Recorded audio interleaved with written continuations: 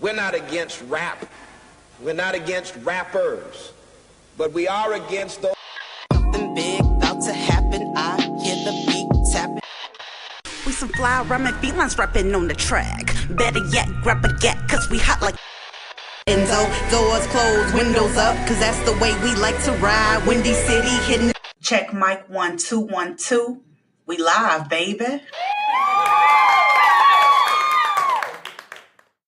One. Whew. What's up, Chicago, and welcome back to season 17, episode 604 of Speak Your Mind Radio. I'm your hostess with the mostest, Queen Starr, aka MzHipHop, and today we'll be talking to artist, producer, and creative DJ GlassHeart from Georgia, and we will be discussing his newly released mixtape, Taught by Birds and Strangers. Plus, we'll talk about what it means to stand out in the underground world of hip hop. So without further ado, bringing up next to the mic, the one and the only DJ GlassHeart. What's up, man? What's going on? That was a great intro. Thank you again for having me on the show again. Oh, you're welcome, man. You're so welcome. I'm glad you're here today. Thank you. So, you know, each and every episode, we start off the show with a traditional icebreaker question for all the artists. So let's get started. Okay. DJ GlassHeart, when was the moment that you realized that you were confident in your craft? You can hear me, right? Yeah, I can hear you. Okay. It's kind of low-key, it's been changing, like, I say over like a couple of the last things I've been making. I'll be talking to my homies about it. Like, I was talking to Davey and Murphy about this. I was like, yo, I'm starting to just now get to the point where it's like, I like my music. Like, I can like listen to it myself. You know what I mean? I don't know. I feel like that's kind of weird for an artist to like, or for any rapper or any musician to be like, oh yeah, I'm just now starting to like listen to my stuff outside of like trying to perfect it or trying to make it. So it's a very humbling place to be now. I think right before I started working on this was like the point where I was like, okay, like I'm starting to actually like what I make now. So that's probably it. Yeah, probably like a couple of months ago. So that's crazy. Damn. Yeah. But I mean, I've been making stuff like low-key, like back to back, like since the summertime. So it's kind of been like consistent progress. So, you know, but yeah. Well, kudos to you on the progress, because this album stood out. I mean, not this album, this mixtape stood out to me for so many reasons. And I'm just gonna tell everybody the story. You know, I reached out to you when I saw you drop some more music, and I'm like, what is this? This looks dope as hell, you know? And then I went to go listen, and I'm like, I really, really related to it. And we are going to get into that, but I want to know, like, the album's artwork. It seems very symbolic, from the child to the tree on Memorial Street, you know? Yeah, for sure. It was definitely symbolic. Well, first, before I start talking about like the symbolism, shout out to Lena Mendelberg. I found her on Instagram because like I had the idea for like something like based on like children book illustration. And I kind of wanted to go along like a narrative in some sorts. This is before like I had like any like real idea of like what it was basically gonna be about, or like song structure or anything like that. But I was like, I don't know, something child book style, preferably watercolor. And then she just popped up. Like I was just looking through Instagram, I found her.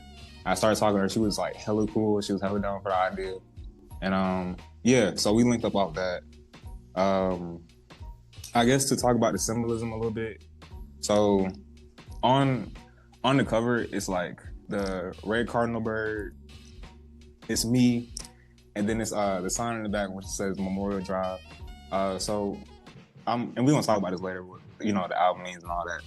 But Talk About Strangers and Birds, it was really just about like travel, and kind of being in like transport, always being in transportation. And I would say like over this past year, especially like being on MARTA and using a lot more public transportation, whether it be like my skateboard or riding a bus or riding a train or anything like that. I feel like it gives me a place to think. Also gives you a place to like have these conversations with random people that you probably will never see again, which also gives you like some like leeway for like vulnerability. So I kind of wanted to like fuse all those things into the cover art. And I didn't even tell Lena this, but the symbolism behind like the red bird and things. So I don't know if you've heard this before, but when you see a red cardinal bird, especially like after the passing of a loved one, it's often like a sign that they're coming back to like greet you or just see how you're doing, just like check up on you. And like me and my mother, we always have this thing where it's like, whenever we see a red bird or see a red cardinal, we'll be like, that's grandma, or like, that's our mother. So yeah, the red bird came from that. Memorial Drive is like, that's like my bus stop. That's where I go on the bus to like go to school, go to work. So yeah, that was like, you know, the whole idea of like the cover. I just wanted to make it feel like real childlike. So yeah, that was really it. That's crazy, because, you know, me trying to piece it together and interpret it in my own way, I got a lot of that feeling from that artwork. I was like, this looks like a child's illustration book, like, you know, like a cover of a child's book. And I'm gonna get into the music too, because some of the tracks reminded me of a child's lullaby. I'll get into it though. But anyway, I don't want to get carried away. But yeah, like, that is so dope to me. Like, I feel like you pulled this project from your inner child. Like, that's what I feel like. You feel me? And yeah, definitely. This project also reminds me of some earlier Kanye work. You know, when they told him, oh boy, you can't rap, or you can't make beats, you can't this, you can't that. But he was rhyming from the beginning. He was producing art from the beginning. And that's what you remind me of. So exactly. And another thing about the cover, so another reason I had got the idea for like the child book illustration type of thing, when I was younger, I used to have this book called like the People Could Fly, and it was like this like black book about just like sharecroppers and like just like common black folk that could like had like these like super magical kind of powers. And yeah, it kind of came from that. And I feel like a lot of my music, or a lot of what I make, it kind of deals in like fantasy and also like, you know, real life situations, like real trauma, like real stuff that everybody goes through. So yeah, I was just trying to connect some of those things. And yeah, you mentioned Kanye and like feeling like oh, he can't rap or he can't make beats and stuff like this. I feel like here I was just like making music. And honestly, a lot of this stuff was made within like a 2-week period. So I would just be coming home like off the bus or off the train. I would just be writing, and I would just write on the bus or write when I got to the crib, or, you know, just after homework or whatever. So yeah, it kind of just came from that. So yeah, that's really cool. I felt that presence of your grandmother for real before you even said that and mentioned Cardinal. And also, you know that I feel your mom right next to you, because she's right there literally with you. Yeah. And they just have a strong presence around you. And it's a beautiful, beautiful, beautiful thing. Like, thank you.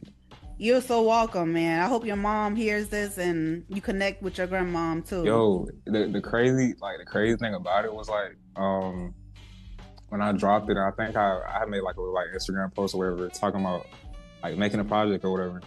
And like my mom texted me, she was like, and she always does this. She does this like every morning. She's like, "Good morning, son. I love you so much. Have a great day." Like, you know, just like typical cute mom stuff.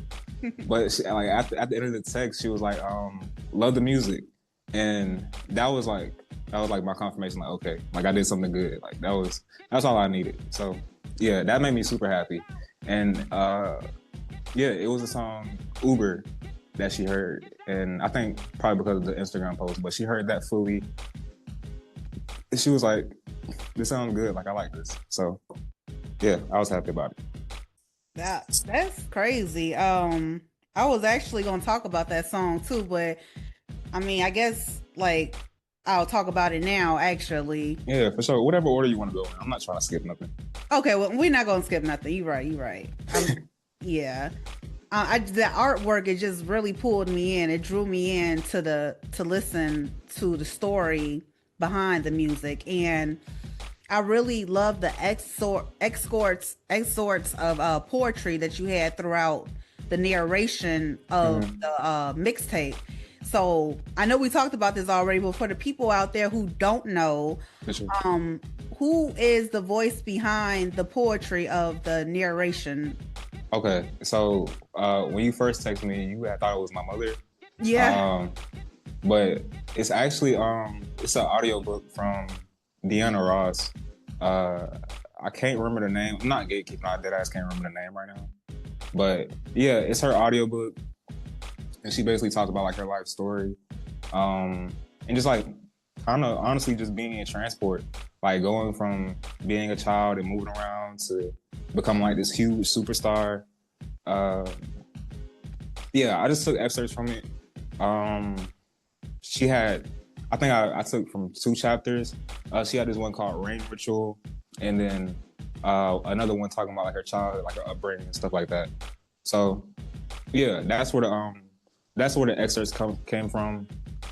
All of the other like background like voxes and like background sounds, like the bird noises and like the cars going by and like the old man talking, that's actual footage from my iPhone. I gotta record like conversations or whatever. So yeah, that's where all that stuff came from.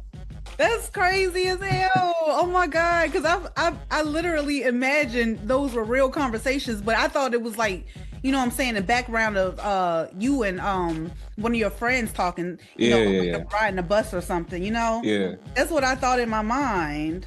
Yeah. A reason one of the reasons why like I would say I don't know, all of my music is kind of like vulnerable, and like I talk about a lot of stuff that I don't know, I talk about my life. I don't know what else to like talk about in music.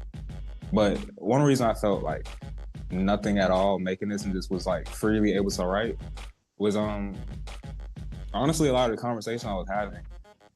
So Memorial Drive 119, which is the bus I get on, it's this old man like and the shit is crazy because like even after dropping this, like I have not seen him since.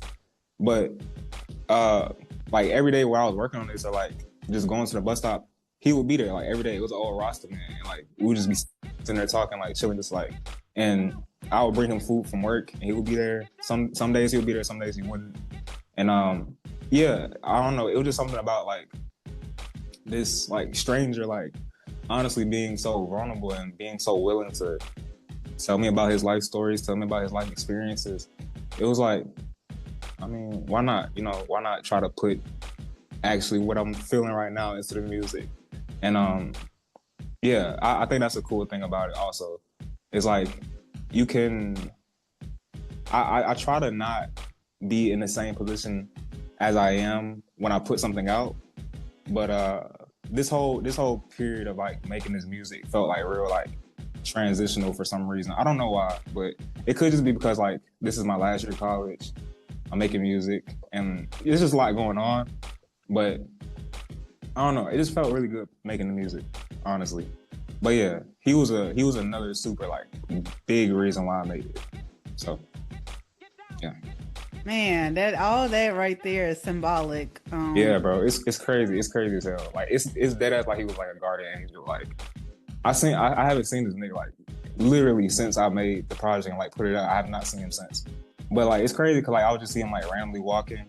No, I'm lying. He came by my job one day, but ever since then I haven't seen him since. So, but yeah. That's amazing. So if you ever see him again, would you let him listen to the album? For sure, because like I don't like I don't know. I think it's just something about like making music and being like this being like your like creative expression or whatever. You don't always like feel comfortable like telling people like, yo, I make music. But the fact that I included his voice in it, I kind of feel like obligated to be like, yo, bro, this is like that's your voice on the song. So yeah, for sure. If I see him again, I'm gonna let him know. Okay, that's what's up. You should. Yeah. You definitely. Yeah, I got to. Yeah, that was an amazing story, by the way. So yeah. Um, Now going back to everything, you set the tone for this mixtape with Sandman, and Yeah. it reminded me something that I would play for my mom in the car. Like I don't know why, but tell us the vibe behind that track. Okay, so I can't remember how I made it. I mean, I don't know. My process of making music kind of starts the same for damn near every song. I smoke, I be at home, I'll be listening to beats, or I'll be listening to like samples and trying to find something. And I was playing, I'm not gonna say the game, but it's a Nintendo game. And I had took like this like bird sample from like the beginning, like the opening OST. I took it from the game. I'm not gonna say the game because I don't want to get sued and they take the song down. But I got that from Nintendo. And I just like let that loop in the background for a minute. It was just the bird sounds. And then yeah, from that I just went to YouTube, found some other samples and like kind of just stuck them together. And I don't know, I didn't want the song to be super long. All my songs are kind of like a minute 30, 2 minutes if that's like the max. And one reason being is like I feel like, especially with the type of music I make, with it being so like transing and like looping, I feel like it can be a lot to listen to, especially for like a 3-minute period. And also another thing is like a lot of people like to drag on shorter songs, but I feel like another like advantage to shorter songs is like people are always gonna be wanting more. Like it's never enough. So it kind of becomes like this climax that you never get. So it's like by putting that at the beginning of the album, it's like, okay, let me see what else the rest of the shit is about. And then it goes into like different things. So yeah, that's kind of why I just started with that. It just made the most sense. And also it has like the pretty bird noises at the beginning. And it's like taught by birds and strangers. So it just made sense for like format purposes. That's dope. I was watching the Discovery Channel like some time ago, and I just realized that through that birds mimic people. Mm-hmm. I didn't know that. Yeah, so, no, it's crazy. So, me and this family friend, his name is Mr. Dan, and rest in peace to him. But we used to like do like these piano moves or whatever, and it was this old lady's house. I don't know what type of birds she had. They're like these white birds. I'm not sure, but no bullshit. Like we would walk in there, we'd be working on the piano, and like they would mimic the the Andy Griffin show. Yeah. So it's like they will mimic that theme, and like Mr. Dan be like, "Yo, is they like doing the Andy?" And she's like, "Yeah, they like to watch the show." I'm like, I don't know, bro. Animals are crazy as fuck. It's crazy. It's so crazy. That is so cool. I love it. Yeah, because people are people watchers, you know. Exactly. So it's like, what do you think animals do? You know what I'm saying? Exactly. Yeah. So taught by birds and strangers. I get it. Exactly. Perfect. But yeah, I don't know.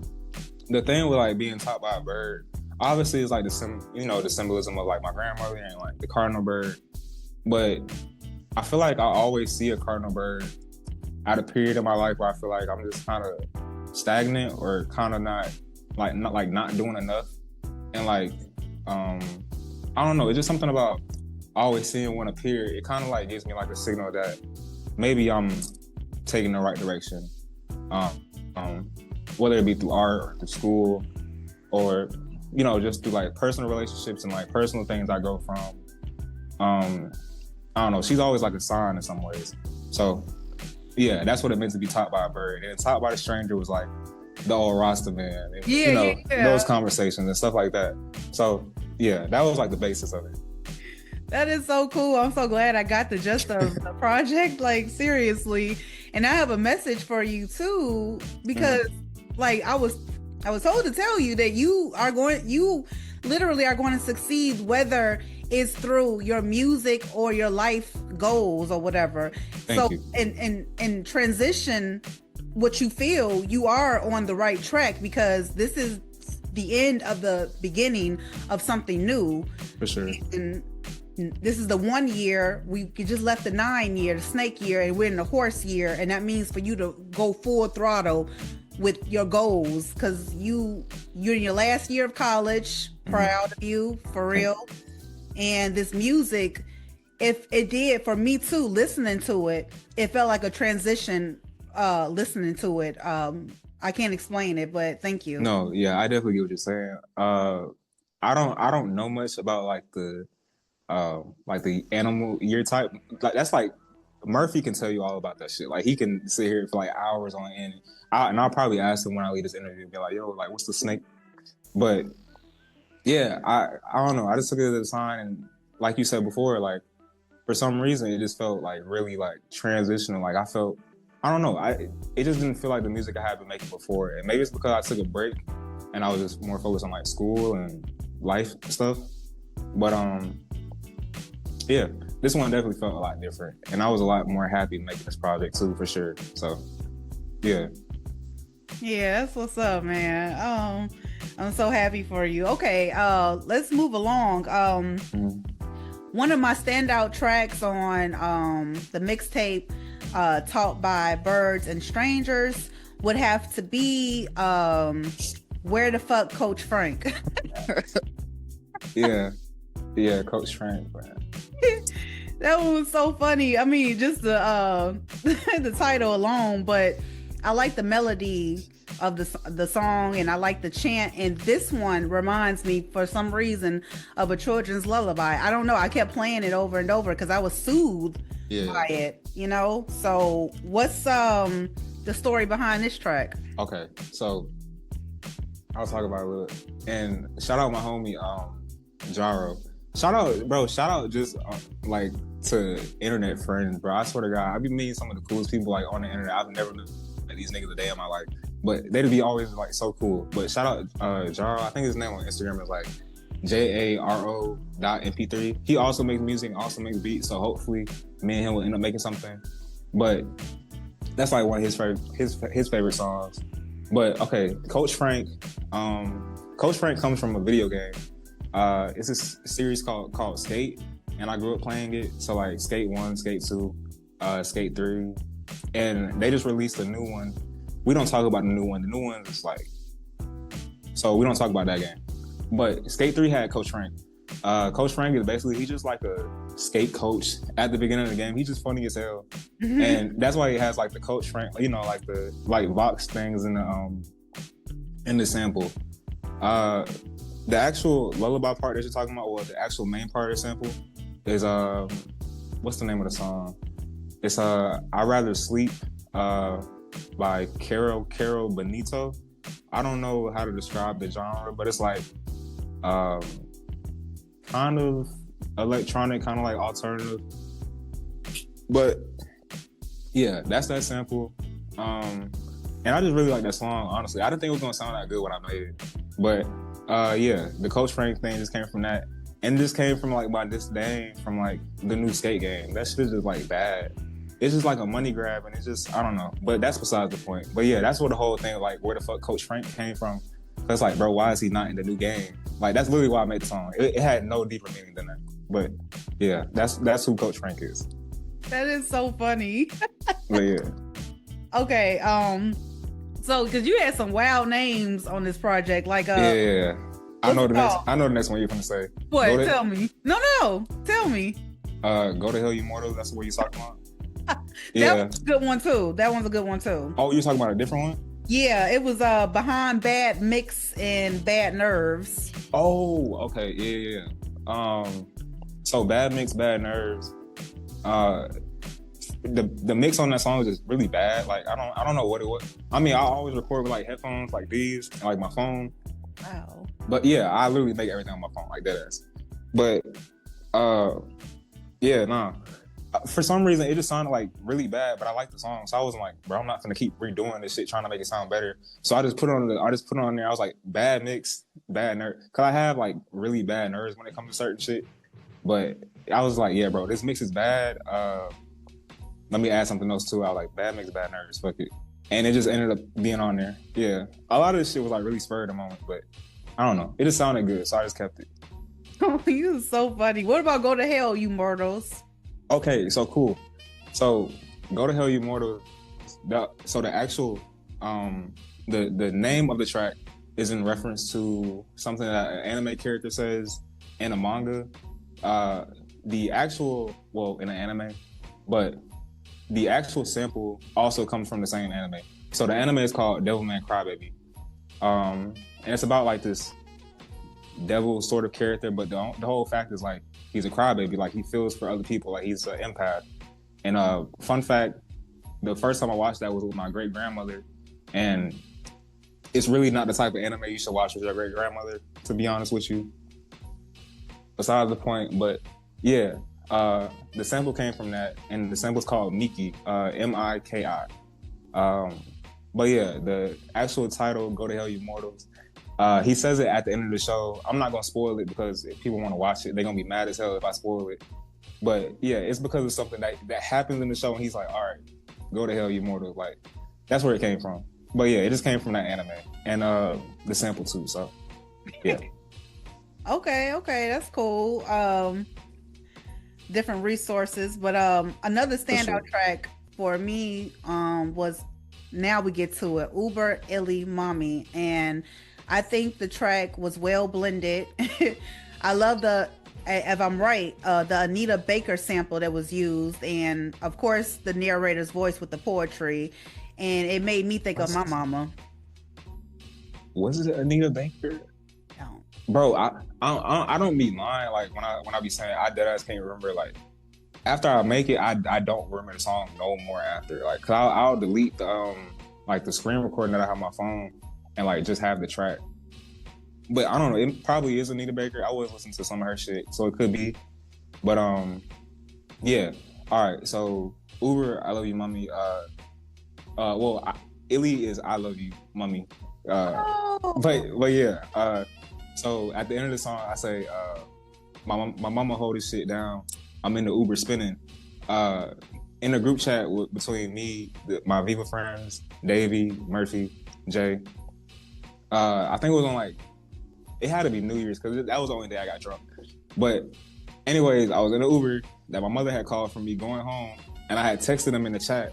I was like, bro, like my Uber driver driving crazy like, as fuck, and I'm already drunk. Like my head is like spinning right now. Like I'm literally spinning. And he was like, nah. And no, Murphy texts back. He was like, no, you gotta put that in the bar.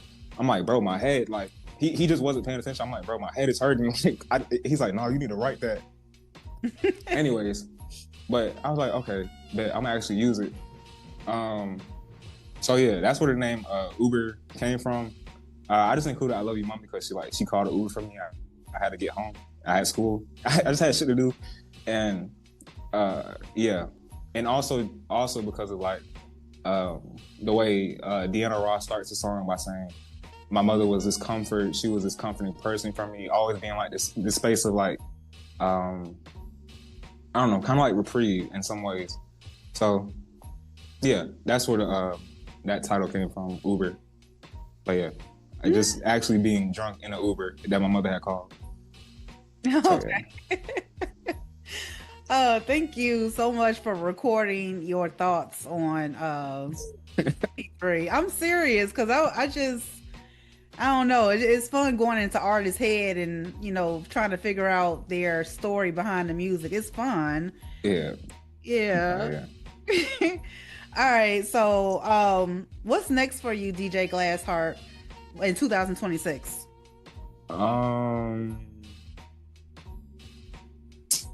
Honestly, music videos. Well, the big thing being graduation. I graduate in May. I'm really excited about that.